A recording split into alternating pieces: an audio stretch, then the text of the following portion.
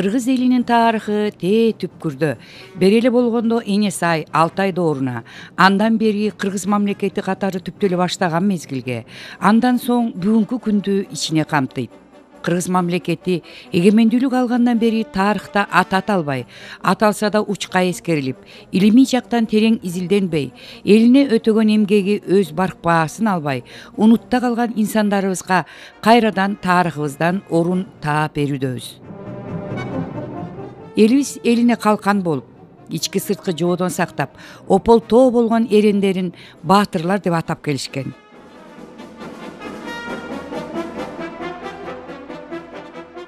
Мына ушундай тарыхта салмактуу орду бар. Тарыхый инсандардын бири Жумгал элинен чыккан Түлкү уулу Качке баатырдын 285 жылдыгы жакында урпактары тарабынан белгиленип, кыргыз элинин салтына ылайык ашы берилди. Мааракеси өттү.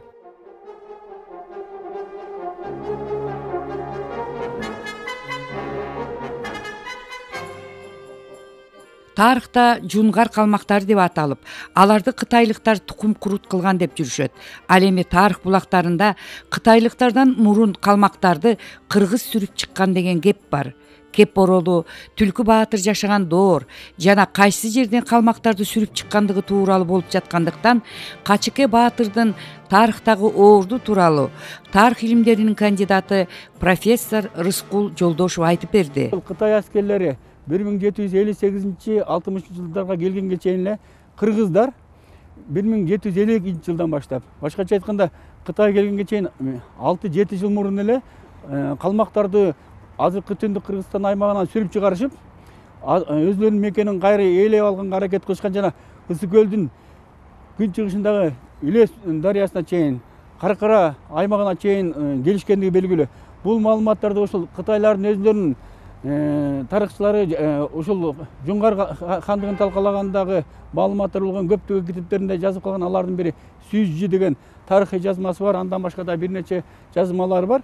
Ошолордо алар кыргыздарга жолугушуп, алар адегенде кыргыздарды калмактар деп ойлошкан, бирок алар кыргыздарды башка эле экенин билгенден кийин кыргыздар менен сүйлөшүп, бул жер калмактардын жери десе, кыргыздар айтып, жок, бул жер биздин жер, биз бошотуп алганбыз, биз калмактар менен согушкан элбиз, Кытай менен биз жакшы мамилени түзүүнү каалайбыз деп жооп беришкен.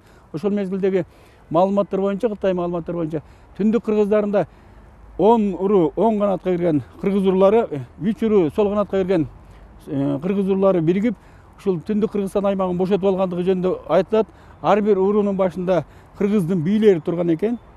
Ошол бийлердин баары биригип бир хан көтөрүшүп, ошол мезгилдеги кыргыздардын башын көтөрүп келген Сарбагыш урусунан чыккан Мааматкулу бий экен. Ал кишинин жашы ошол маалда 90дон ашып калган, жашы илгерилеп калган адам экен.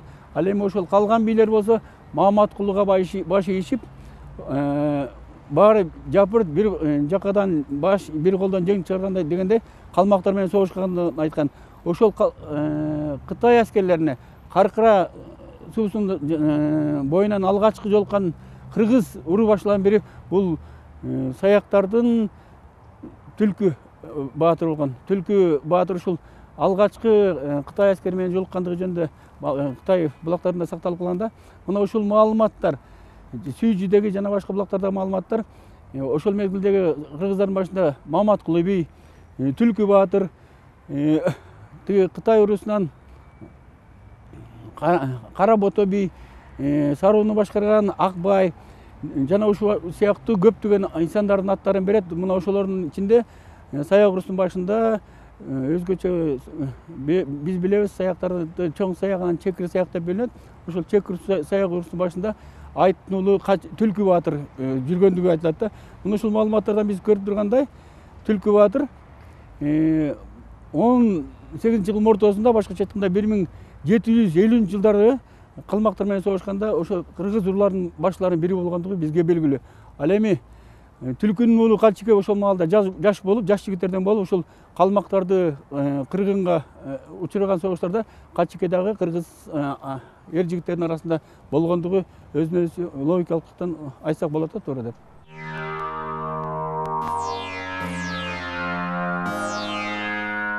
Таң эртең күндүн шоолалары айланага күмүш нурун чачыраткан маалда атактуу Качке Баатырдын 2-3 кылым карыткан, үнсүз сөзсүз далай сырды ичине каткан мелтиреген күмбөзүнө барып, нечен кылымга баш ийбей сактап калган турпатына таң калып, баш ийип таазим кылдык.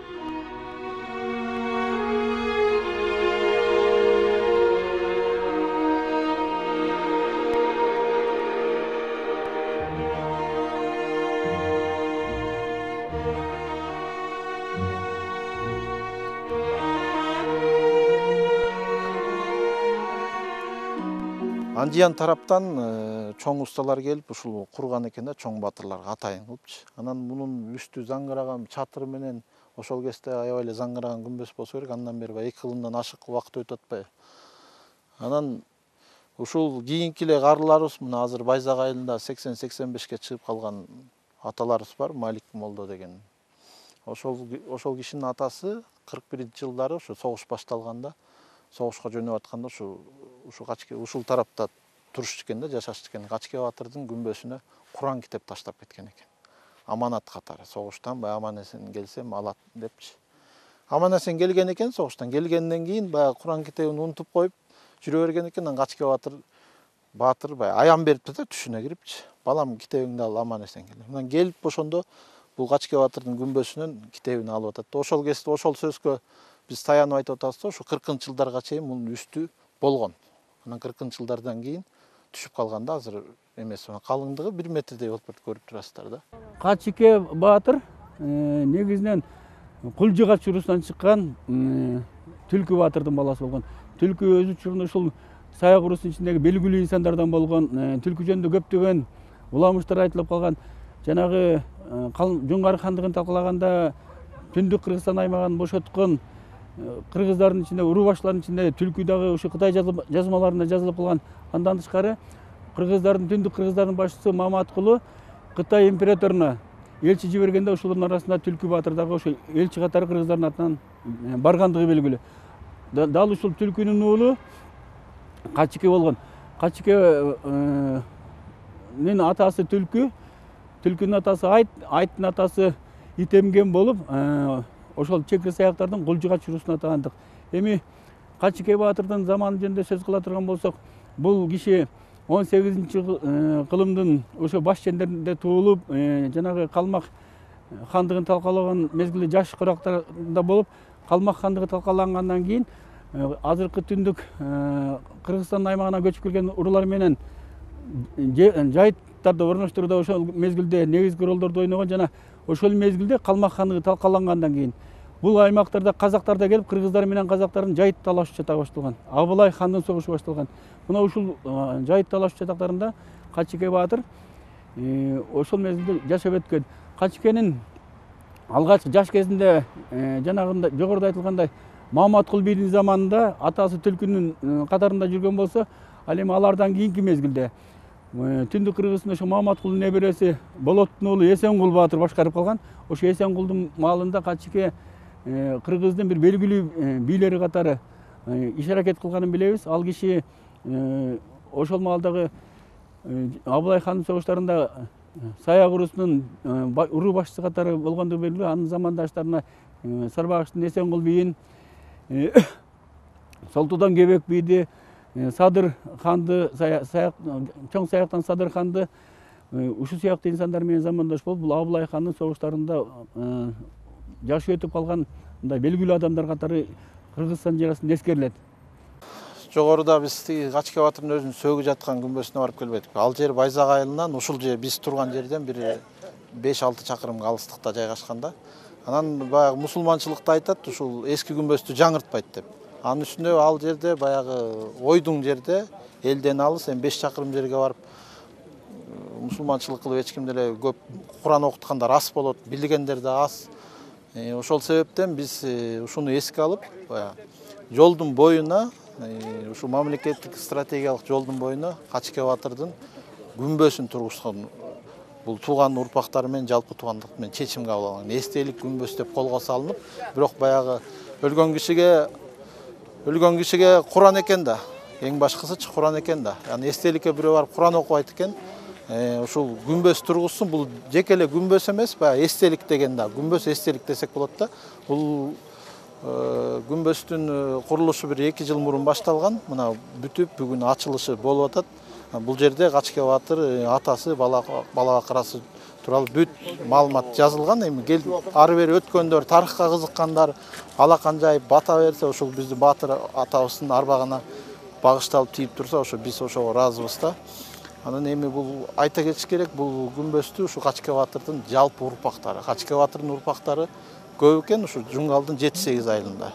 Качке Баатырдын өзүнүн 3 аялынан 13 эркек болгон экен. Ошо 13 эркектен ушу 200 жылдан бери тараган абдан көп болот да. Ошо урпактар тарабынан тургузулду. Ал эми бүгүнкү той маареке 285 жалпы жумгалдыктар берип атат. Бул урпактарга эле эмес, жалпы жумгалдыктар, ушуну айта кетишибиз керек да.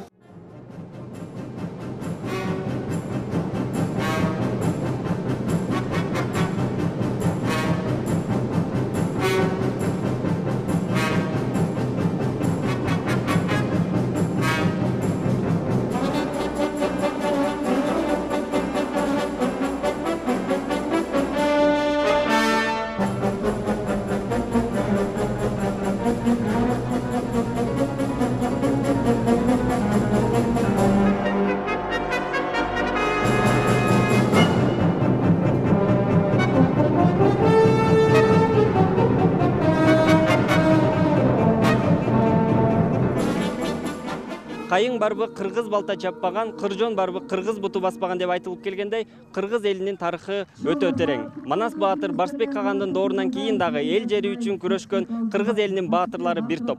Ар бир доордун элин сактаган өз баатырлары тарых беттеринде өлбөс өчпөс эмгектерин калтырып кетишти. Дал ушундай эл ичинде айтылып келген баатырларыбыздын ичинен Түлкү уулу Качке Баатырдын бар экендиги талашсыз. Бүгүн Жумгал жергесинде Түлкү уулу Качке Баатырдын 285 жылдыгына арналган салтанаттуу иш-чарага назарыңыздарды бурабыз.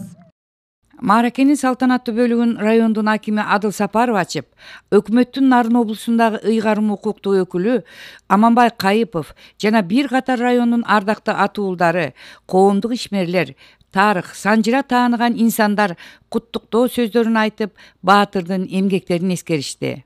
Бүгүнкү Качке Баатыр атабыздын 285 жылдык мааракеси менен куттуктап кетүүгө уруксат этиңиздер. Илгертен бери элибизде жакшынакай сөз бар. Тарыхы жок эл болбойт, тамыры жок жер болбойт дегендей, мына биздин Теңир Тоо жергебизде дагы көптөгөн ушундай бир баатырларыбыз чыккан. Алып айтсак, мына Ажыбек Баатыр, Тайлак Баатыр атабыздын мына былтыркы жылы биздин урматтуу президентибиздин демилгеси менен республикалык мына масштабта чоң иш-чара болуп, мына Соңкөлдө Жакшынакай 220 жылдык мааракесин өткөрүп алдык. Мына ушундай Теңир Тоодо көптөгөн биздин мына баатырларыбыз бар. Мына бүгүн да биз өтө ушул кубаныч менен Жакшынакай биздин ушу Жумгал жеринен чыккан мына Качке Баатыр атабыздын Жакшынакай мааракесин өткөрүп жатабыз. Мааракеде ардактуу меймандардын бири Жолдошбек Сооронбаев далилдүү мисалдар менен Баатырдын өмүр жолуна кайрылып, Качкенин ата-бабалары да, урпактары да кыргыз элине кызмат кылган белгилүү адамдар экендигин белгилеп өттү. Качкенин ата-бабасы дагы, бала бакырасы дагы бүт баатырлык менен Жумгал элине чоң кызмат кылган адамдар. Асанбек Становдун Хан Тейиш деген китебин окусаңар, ошондо Итемген барып, Манап би менен 1625-30 жылдары Калмактын биринчи согушунда эрдик көргөзүп атат. Итемген. Андан кийин Түлкү Баатыр. Түлкү Баатыр Кытайдын тарыхына жазылган киши. 1757-58 жылдары 7-8 кыргыздын мыктылары Кытайдын ханына барып жолугуп, калмактарды Кыргыздын жеринен сүрүп чыктык, эмисилер менен алакада жашайлы деп кол коюшуп келген экен. Түлкү Баатырга 3-чү даражадагы чен берип, ченин агиши ооруп калып ала албай, Кедейге тапшырган экен. Кедей ошол кезде бий болуп турган экен бул Жумгал саяктарына. Түлкү Баатырдын жолбарыс чапканын угуп жүргөндүрсүңөр Санжырада. Биринчи могу кароого Түлкү батыр коюлган экен, илгерки карыялардын айтуусу боюнча. Мына Ореке каройдо көк күмбөз ошондон башталыптыр. Ага чейин кыргыздын мыктылары кайтыш болсо Арсланбап калып барып койчу экен. Менин Төлөк атам дагы ошо түлкү менен куракташ киши экен, чогуу жүргөн, уш жерге коюлган экен. Муну чоң дөбөдө 100дөн ашкан Мамбетчан деген санжырачы атабыз айтып калтырган экен, ошо мен уккандан кийинки. Эми түлкүдөн Качки атабыз. Качки атабыздын жашы менин өзүмдүн баамда, эми тарых боюнча карап көргөндө кичине кечеңдетилип калса керек дейм да. Анткени 1735-40 жылдан баштап эле Качкенин аты аралаша баштайт экен чоң согуштарга. Ал убакта түлкү эле аман эсен экен. Түлкү ошол 58-59-60 жылдары каза болуптур. Ушуга караганда анан Качки атабыз 100дөн ашык жашка барып өлгөн экен, элдин айтуусу боюнча. Анан Түлкү батырдын эрдиги Качкиге кийин аралашып кетсе керек деп калам да.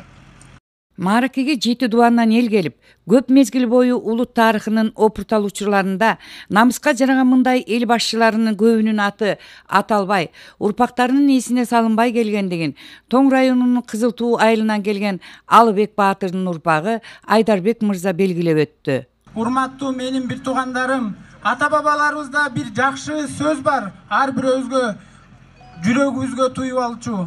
Арбак баркталмайынча түрүлөр даңкталбайт дейт Канатаба. Силердин кылып аткан бул иш-чараларыңар мамлекеттик деңгээлде өтө чоң жогорку деңгээлде өтүп атыптыр. Ушуларыңыздарды көрүп алып, аябай сүйүнүп атабыз. Ошондуктан ушу иш-чараларыңарга биз да салымыбызды кошуп, алыстан келдик урматтуу менин бир туугандарым. Жана ушул жерден Канатаба силердин уюштуруп аткан жалпы жигиттериңиздерге, туугандарга, Жумгал элине өтө чоң ыраазычылыгыбызды билдиребиз. Салтанатта Качки Баатырдын урпактарынын жана мааракени уюштуруучуларынын бири Канатбек Турганбеков Качки Баатырды кийинки урпактар унутта калтырбасын, биле жүрсүн деп иш баштагандыктарын айтып өттү. Багы кыргыз сөз бар, арбак ыраазы болбой иш оңолбойт дейт. Баарыңарга каалап кетерим, ар бир адам тилек менен, максат менен жашайт экен. Ушу тилегиңер, максатыңар Кудайдын кулагына жетип, ушу тилегиңер аткарылсын. Анан ушу Качки Баатырдын арбагы баарыңарды, ушу кыргыз элин, ушул жерде отургандарды, особенно Мауреке Жумгалдын кулундарын ушу бизге салым кошкон, ошолорду Качки Баатырдын арбагы болосун. Силерге айтып кете турган нерсе, ат чабыш болот, улак тартыш болот, кунан чабыш болот, күрөш болот, улак болот, эңиш болот. Анан ошонун 5 түрүндө 5 машина коюлуп атат. Маараке театрлаштырылган оюн зоок программа менен коштолуп, өнөрпоздор өнөрүн тартуулашты. Ага 1000 адам катышты. Ошондой эле 60ка чукул боз үй тигилип, ала тоодой эт, ала көлдөй чык тартылып, маараке улуттук ат оюндары менен коштолду. О, калайык! Уккула! Уккула! 7ден 70 жашка чейинкилер, 8ден 80 жашка чейинкилер, бардыгыңар уккула! Уккула! Кудурети күчтүү Алла Таалабыздын буйругу менен Түлкү уулу Качки Баатыр атабыздын улуу кыргыз көчү келе жатат. Тосуп алыңыздар.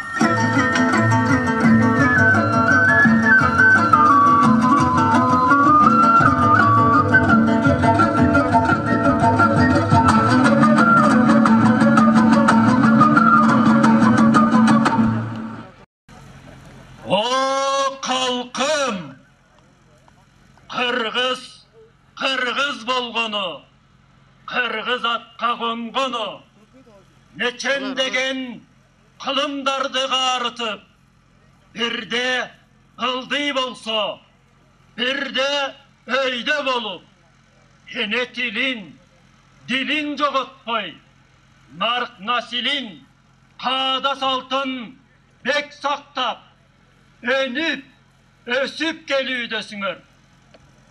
Elin barda şorduğumun debe, mekenin barda cardımın debe. Haytarım, o elim, Halatovuzdu aya balalı, asmanımızdı taya balalı, kölümüzgö uğu taştamaylı, çölümüzgö uğu taştamaylı, beleste atımız ürkmesin, beşikte balamız korkmasın. Atacıttu Alato aydınına mal tolsun, enecittu cerene konuşuna curt olsun. Var bol Kırgız elim, amin.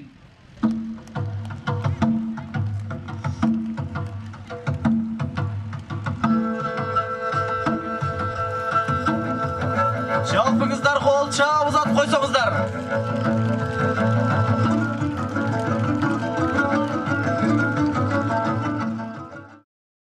Кыргыз эл жазуучусу Качкынбай Осмоналиевдин «Көчмөндөр кагылышы» аттуу тарыхый романында Качыке, анын уулу Эралы Баатыр тууралуу жазылган окуялар бар. Эл арасынан уккан уламыштарда кыргыздын кыйын баатырларыны колдогону Жолборс, кармашканы Жолборс деп аталып келет. Качкынбай Осмоналиевдин да Качыке баатырдын Жолборс менен кармашкан учурун өтө берилүү менен сүрөттөгөнүн окуган элек. Качыке түлкүлүү жөнүндөгү бүткүл маалыматтар бул жалаң гана санжыраларда сакталып калган, кыргыз санжыраларында. Ошондуктан бул кишинде толук мындай даректүү материалдарды айтыш өтө кыйын. Бирок кыргыз санжыраларында бул Качыке баатыр жөнүндө, Качыке түлкүлүү жөнүндө бир топ эле баяндар айтылат. Мына ушул санжыралык маалыматтарды пайдаланган биздин белгилүү жазуучубуз Качкынбай Осмоналиев агайыбыз ушу санжыралык маалыматтар боюнча чыгарган эмгектеринде бул киши жөнүндө жазган. Бирок ал эмгектерде Качыкенин образы үстүртөн гана берилип калган, жана эпизоддук гана бир мүнөздө берилип калганда, чындыгында Качыке баатыр өз учурунда кыргыз уруларынын уру башчыларынын бири болуп, ушу белгилүү башчылардын бири болуп ошо кыргыз элин башкарып турганын биз билебиз. Андан калса анын атасы жөнүндөгү жанагындай Түлкү баатыр жөнүндө кыргыз уламыштарында өтө көп кездешкен көп уламыштардын бири.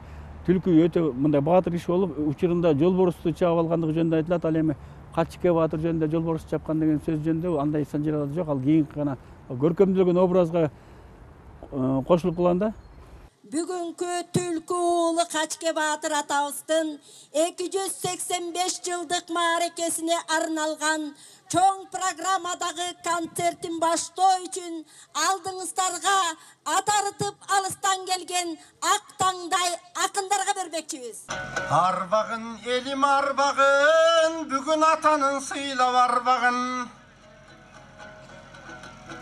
Алдыңа келдиң туугандар, бүгүн ак таңдай акын балдарың.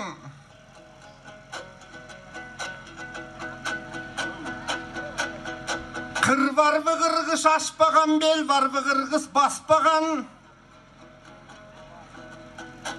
Качыке сынду баатырлар калктарын жодон сактаган. Силерде эл журтум менен кубанып, мен эл журтум менен мактанам.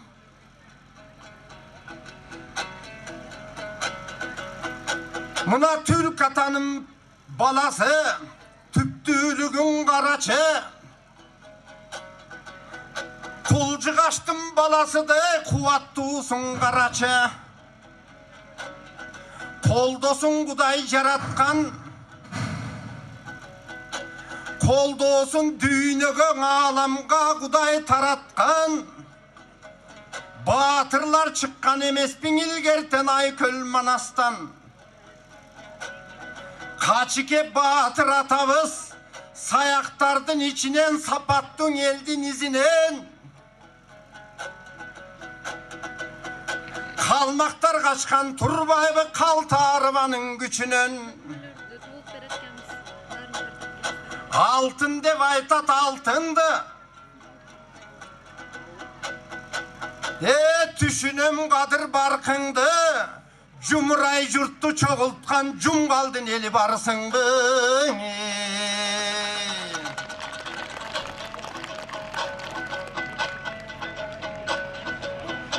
Ha jurtum men dağı toğluk eldemmin.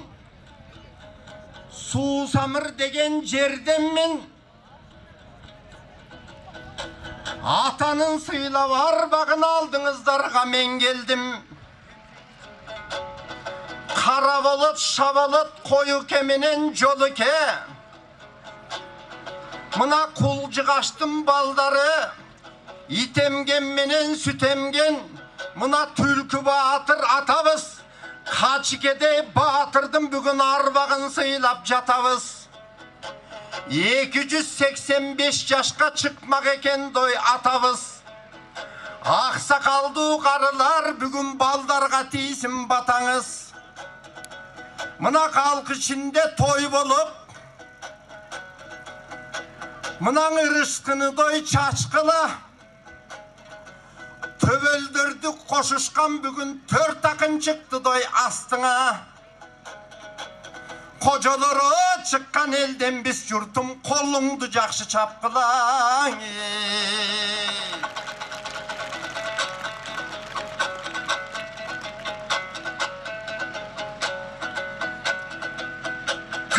Kırgız bolgonu, kırgız atqa qongonu. Sandağan kılım ötüptür saresep salsak bolcoda. Kaçikede atavız kalmaktan eldi korgodu. Mengıyın degenderdin kançasın koldurun artka tolgodu. Kaçikede atanın bugün arbağı turat kozgulup. Jarkıldap baldarı çıktı can düğünesi doy ot bolup. Mınake Kırgızka bergen belegin, Kırgızkas bergen sebebin. Akbay jüt bugün jalpına tarıkın aytıp beremin.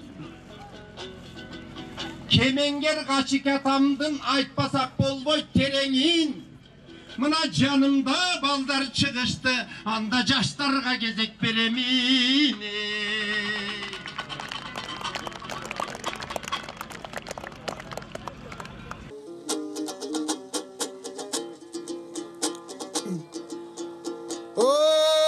Kalkın, andan assalamun aleyküm. Culunu aytam salamdı, cum kaldık taramam be. O kalkım jakşılap koldu çapsan bol boy bunu yat kılvay adamdı. Anda sağını aytam salamdı, saya kıstanamam be. Men dağı bolum kızarttan tosu val mendey balangdı. Anda komus menen ır menen jarık kılsak zamanda. Uşinti vakındar ırdap turbasa Kırgıztın jolu karangı. Bolbasa kızart belindey beli sonun cum kaldın. Sandık sök kilemçe törü sonun cum kaldın. Akkusu gelip oynagan son gölde gölü sonun cum kaldın. Bolbosa Kırgızdın barın cılıtkan kara gecesi yaktı geni sonun cum kaldın. Akındar çıksan ırdap koldu çap süreşip demi sonun cum kaldın.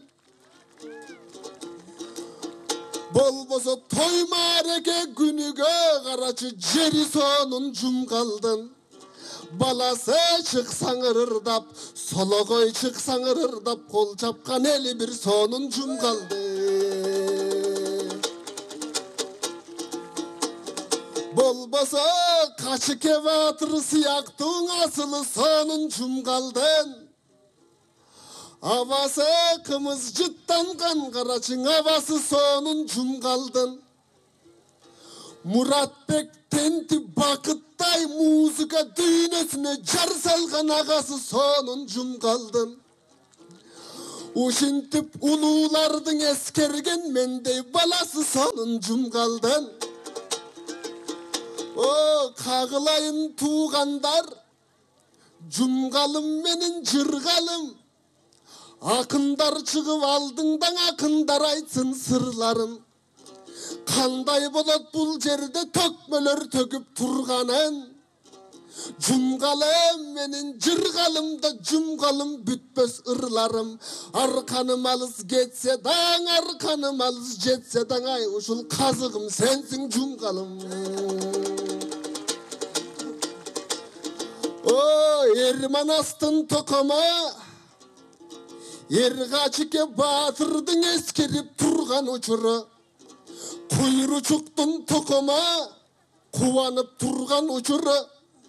Bayzak batır tokama bayırlap turgan uçuru.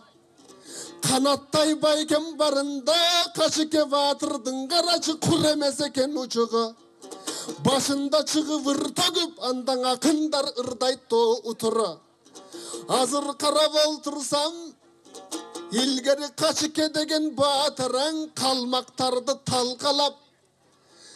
Düşmanlar gelse kol salıp tüp tamırından baltalap. Düşmanlar gelse kaptaldan kaçıke batır garacı jatkan emes to çalkalap. Azırkı bistin çoңдарың, azır андай iştin o kılalbayt. Alarың жүрөt карачы, жерди саткан çoңдор бар. Alarың жүрөt жары салат, alarың карап олтурсаң, Мерседес мине çalkalap.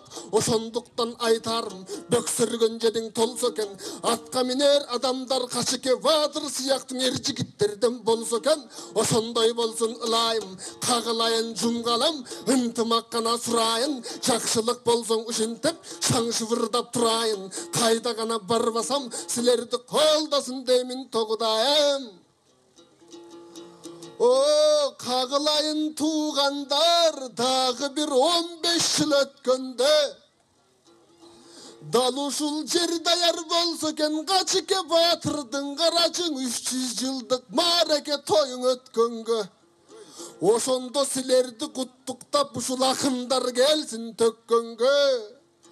Ошол 15 жыл өткөндө канаттай көрктүү байкебес аксакал болот заңкайган. Анда мамел байкебис алдаң акындан болот картайган. Мынау турган жаш балдар күчкө толуп турсун дейм келгендей манас Алтайдан. Ошондой болсун тоң ылайым, кагылайын туугандар. Анын баарысы болот билемин, баарысы болот туугандар. Ушундай менин тилегим, ушул тоор колу тоюм кут болсун. Жакшылык өзү жүп болсун, жаман жуман нерселер ылайым бистен тыш болсун. Ошондуктан айтарам, токтогул акын айткандай мингеним семиз жал болсун. Кагылайын туугандар ден соолугуңар бар болсун. Кайда гана барбасаң Кудайым өзү шаң болсун. Коноктор делген турбайбы, алар ашып келди белесте. Ой качыке батыр сыяктуу бул да Кудайым берген белекпе. Алдагың ашылып келген белестер, Кудайым берген белеттер. Болбосаң акындар туруп, ырдасаң оозунан чыккан белектер. Негизи кыргыз жеринде экелең уруу бар, ал саяк жана саяк эместер. Ошол саяк элдин алдындан атайын чыгып ырырдап, атайын чыгып шырырдап, акындарды көрдүңөр, көргөн сайын тыңырдап. Ошондуктан айтарым, кагылайын жумгалым, силерди көргөн кезиңде оозуман чыгат ырларым. Эртеден бери карачы, мамелдей көрктүү байкемдин ырларын жакшы тыңдадың. Өзүңөрдү карасам, ойлонуп кетип баратам. Ала тоонун башындай көрүнүп кетип баратам. Комузум алып колума төгүлүп кетип баратам. Ошондуктан айтарам, жамандык сакыр болбосун. Өркүндөтө бергиле жакшылыктын доңордосун. Кайда гана барбасак, кайда гана жүрбөсөк, бизди жараткан өзү колдосун. Мына күтүрөгөн күздүн таласы, Amansızdarбы маңдайдан алп манастын баласы. Çıpalak öңdü артынан мен 5-ci bolup çıktım bul жерге. Göm burup maga karaçı. Mende Kıtay'dın genen жеринен, Kızıl su Kırgız töründen gelgen akım bolomun. Tuygunday bolup talpınıp Tuğruna gelip konomun. Hansada geçe bolup gelgemin, uşu gencüm kalga konoğun. Ay ayta bersem artık çarbım bolot toy jomoğum. 200 itigipsin, es akıldı genen jayıpsın. Özüңdүң özüң bilipsin. 200 үйдөн bir orun maga tabılbay kalgan gezinde. Mer makabatın gözüңдөн agılbay kalgan gezinde. De çayeke barıp çatkanbız, çayektin damın tatkanbız. Anseda ıza bolup toy. Ыйлабай бук болуп турат жүрөгүм. Аман болсун ак калпак Алатоо кыргыз түнөгүң. Көркөмдү жумгал жерге бар, көргөндүм баары суктанган. Өрөнү болсо даңгабай, өрүшү тулпар жыттанган. Кадырлуу саяк калкы бар, кулжыгач бийден кут калган. Ер түлкү деген батыр бар, 5 атасы бүт балбан. Ошо кулжы Качыке батыр өтүптүр каруусунан күч тамган. Өз башын сайып арбак душманга жалгыз аттанган. Каректей коргоп кыргызды калк ичин дайым сактаган. Эч убакта жөн жатпаган. Ак калпак кыргыздын азасын ашырып арбакта мактаган. Ошондой кыргыздын болуп урпага мен да ырдап калганыма мактанам. Акындар чыкты алкынып, акшум кардай талпынып. Мен да алыстан келгенден кийин ак тилек турат айтылып. Той бергениңер арбак кут болсун дейм жериме. Дагы тойлор уланып жуп болсун дейм жериме. Тыныштык болсун элиңде, бакталай кетпей башыңан. Ардайым жакшылыктарды көргүлөң.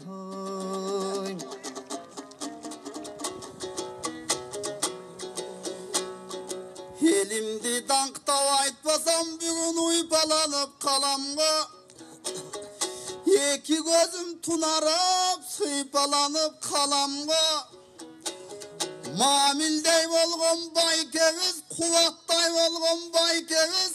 Сандырасын саяктын акшанып айтып бергиче чиркин куйкаланып каламга. Куйкалансам мейлеле, элдин уулу болгон соң түгүл откон аргачан сөгүмдү калайын. Элдиге акын болгон соң менин эл болот экен талайым. Мунан эл уулу Качыке батыр атабыз, ошонун жолун улантып атанын изине гана салайын. Мына кызарттын келдик жерине, жумгалдык келдин элине, эмесе кызыл тилди чабайын.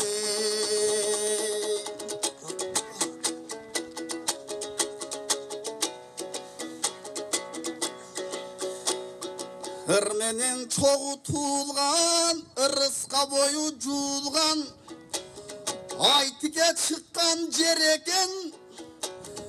Каража какшанган калыкты көргөн эл экен. Болбосо куйручуктай чоң чечен, ойлосок бизге демекен. Ыра супер саяк дегенен, ойлосок кимден кемекен. Ошондой элдин урпагы булар эч кимден ошол кем эмес. Артыкча чыккан эл экен, артыкча булар эр экен. Бүгүн баяндап айтып кетели, Качыкедей батырдын кылган ишин кеп менен. Өсөр элдин ишикен, иш экен, ушинтип өткөндөрүн эстеген. Биз аны жеткирең албайт экенбиз, канчалык сайрап турса да акындык ошол кеп менен. Барысын сактап келиптир батыр ата Качыкең, ошо бабалар өткөн чек менен.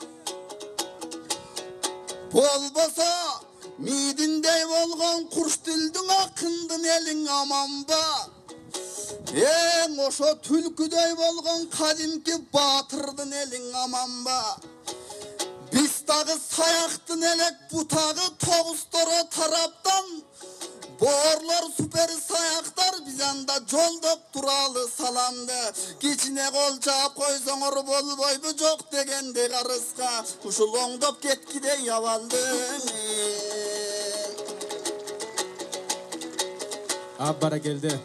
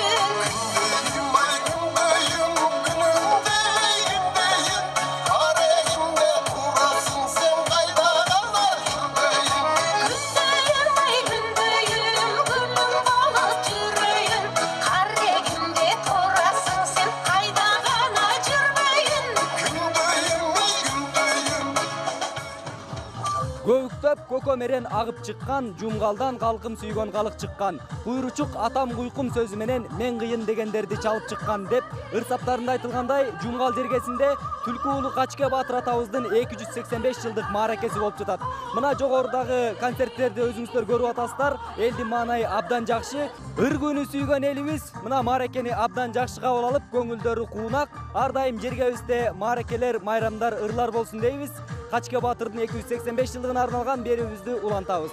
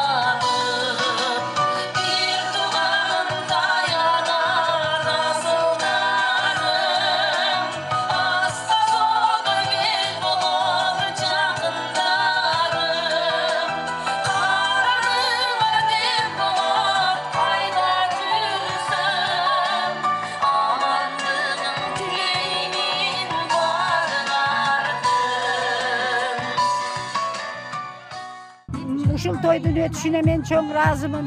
Өзүмдүн тайке тайындарым ушул Качке Баатырдын тукумунан, ошондой эле шаардагы өзүбүздүн инилерибиз, агаларыбыз, эжелерибиз, Качкедин бүт урук туугандарыбыз ушул жерде чогулуп отурабыз. Качке Баатырдын ар табыдан майлы сүттүү болсун, баатырлар балдардан чыга берсин. Качке атабыздын урпактары дагы өнүп өсө берсин. Кыргыз элим өнүп өссүн, ынтымак болсун элибизде. Тынччылык болсун, жакшылык болсун. Улут Баатырына арналган улуттук оюндардын байгесине 5 автоунаа жана акчалай сыйлыктар коюлду. Улуттук оюндардан аламан, жорго, кунан чабыш, көкбөрү, кыргыз күрөш, эреңиш, кыз куумай оюндары уюштурулган.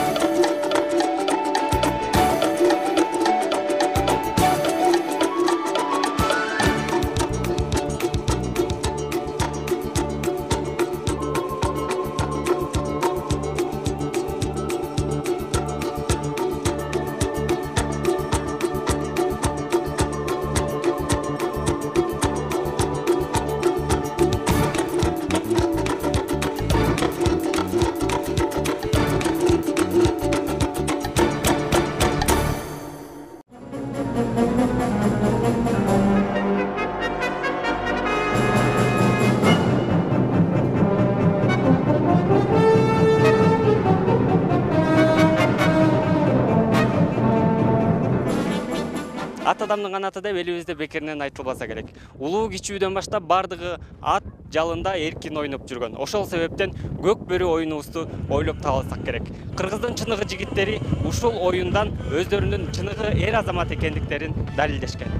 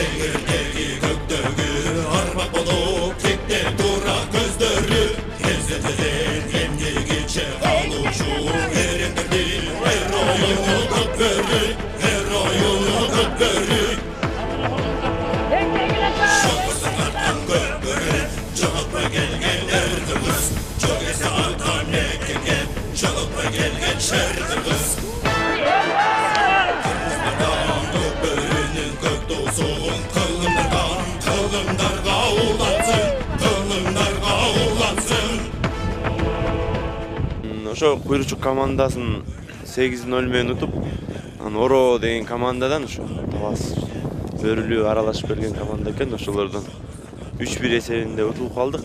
Спорт эми алардын аттары күчтүү экен. Ошо бүгүн болсо ошо полуфиналга ойноп 3-орунду алдык. Жумгалдын бир командасын 7-0 ушундай менен уттук. Ошо жакшы оюн болду. Кечээ Оро деген командадан утулуп калганбыз. Алар финалга чыгып кеткен. 6 команда болуп 3-3дөн 2 подгруппа болду. Ошо 3-орунду алдык. Бүгүн Жумгалдын ушул Куйручук деген айылын ойноп 6-0 менен утуп ошо 3-орунду алдык. Эми Оро командасынын аттары аябай күчтүү экен. Чоң оюнга чыгып жүргөн. Биз мындай эле чогулуп келгенбиз. Кеч угуп калдык, даярдык жок болуп калды.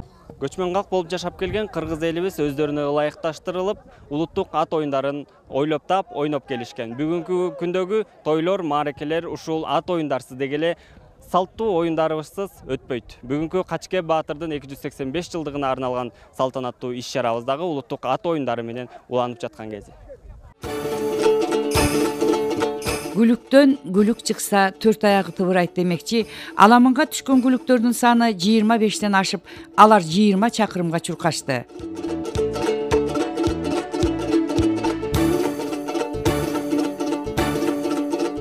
Аламан байге анан Кунан чабыш ошондой эле жорго чалыштан жаңы эле бүттү. Ушул оюнда бу тулпарлардын тулпарлары келет, мындай бийик тоолуу жерлерде.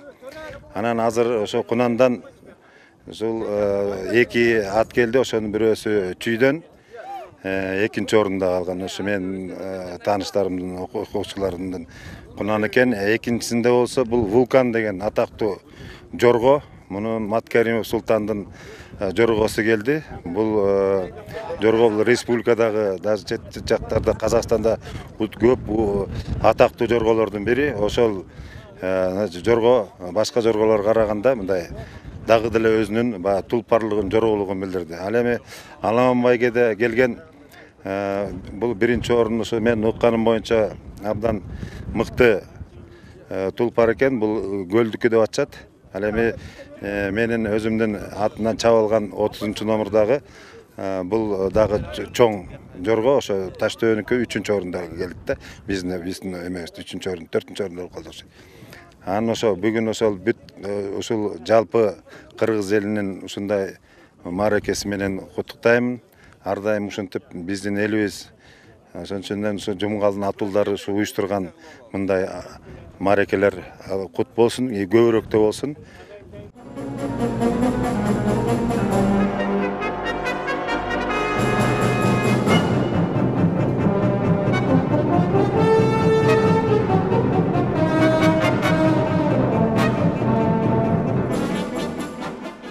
Мына Качка атабыздын бир эле жерин айтты, кой сураса тай берген депчи. Бул марттыгы эл үчүн.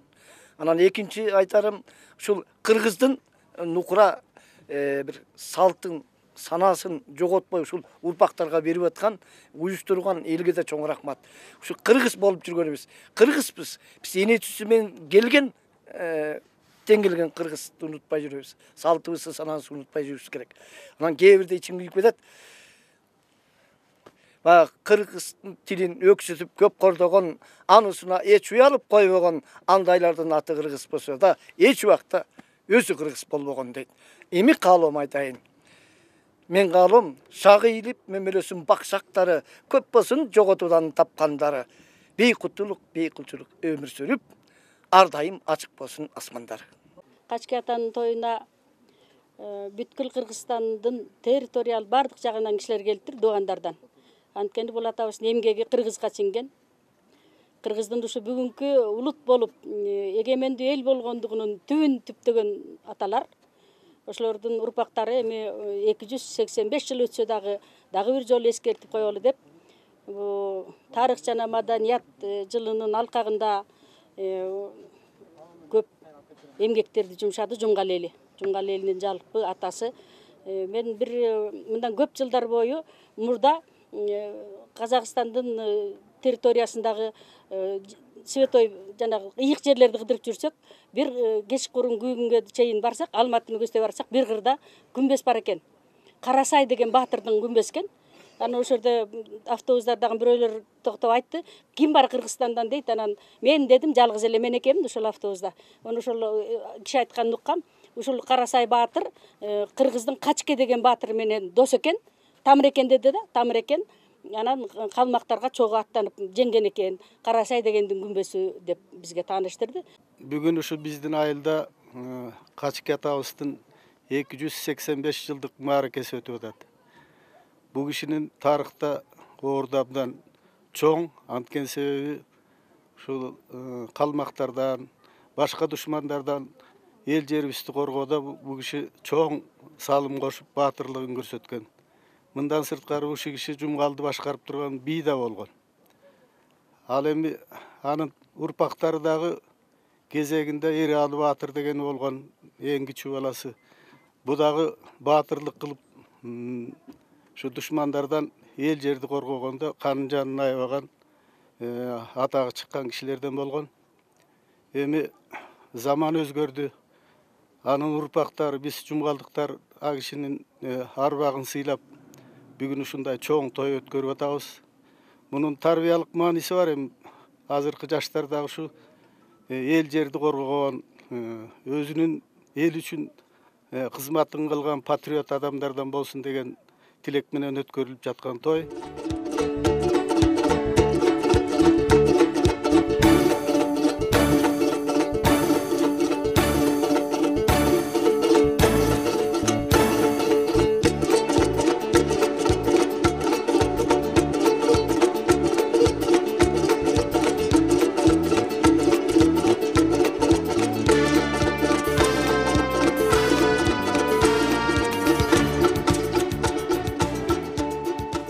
Качке баатыр биздин 5-чи атабыз. Анан 2015 жылы ошо Моото Качкенин кара тоосу деп коет, тиги кара лөө деп коет. Ушундан караганда тей Кочкордун баары биягы суу самырга чейин көрүнөт да. Анан ошол үчүн Качкенин кара лөөсү кара тоо деп коет. Ушу тоодон Качкенин кара тоосунан баштап тей Кочкорго чейин жана Кара Кеченин көмүрү чыгып аткан жер ушер. Ошол атабыздын жери экен. Анан эми биз баягы атабыз унутулуп бараткандан Качкенин урпактары баарыбыз биригип 2015 жылы демилге көтөргөнбүз. Ушу Качке атабыз ушундай баатыр экен. Анан элге унутулуп баратат. Ушуну бир эске эметели дагы биз урпагы болгону биздин билдет. Арбакты ыраазы кылбай адамдын иши оңолбойт дейт. Ошон үчүн биз ошо 2015 жылы ошол жерден эме кылып тетерге көрдүңөр го чоң күмбөз курдук. Улут баатырына арналып, мамлекеттик стратегиялык жол боюна курулган күмбөз эстеликтин негизги демөөрчүлөрү жалпысынан Качке баатырынын урпактары, колдогону Жумгал эли экендиги, бирок анын ичинен өзгөчө чоң салымды Кыргыздын Камчыга сап уулдары Канат Турганбеков менен Нурбек Сыдыгалиев кошконун айтып кетишти. Албетте, баатырлар да эл башына иш түшүп, тарыхый процесс коргоочуларга, сактоочуларга муктаж болуп турган заманда туулат. 18-кылымдын этеги жана 19-кылымдын башы кыргыз элинин тарыхындагы ошондой оор замандардын бири болгон.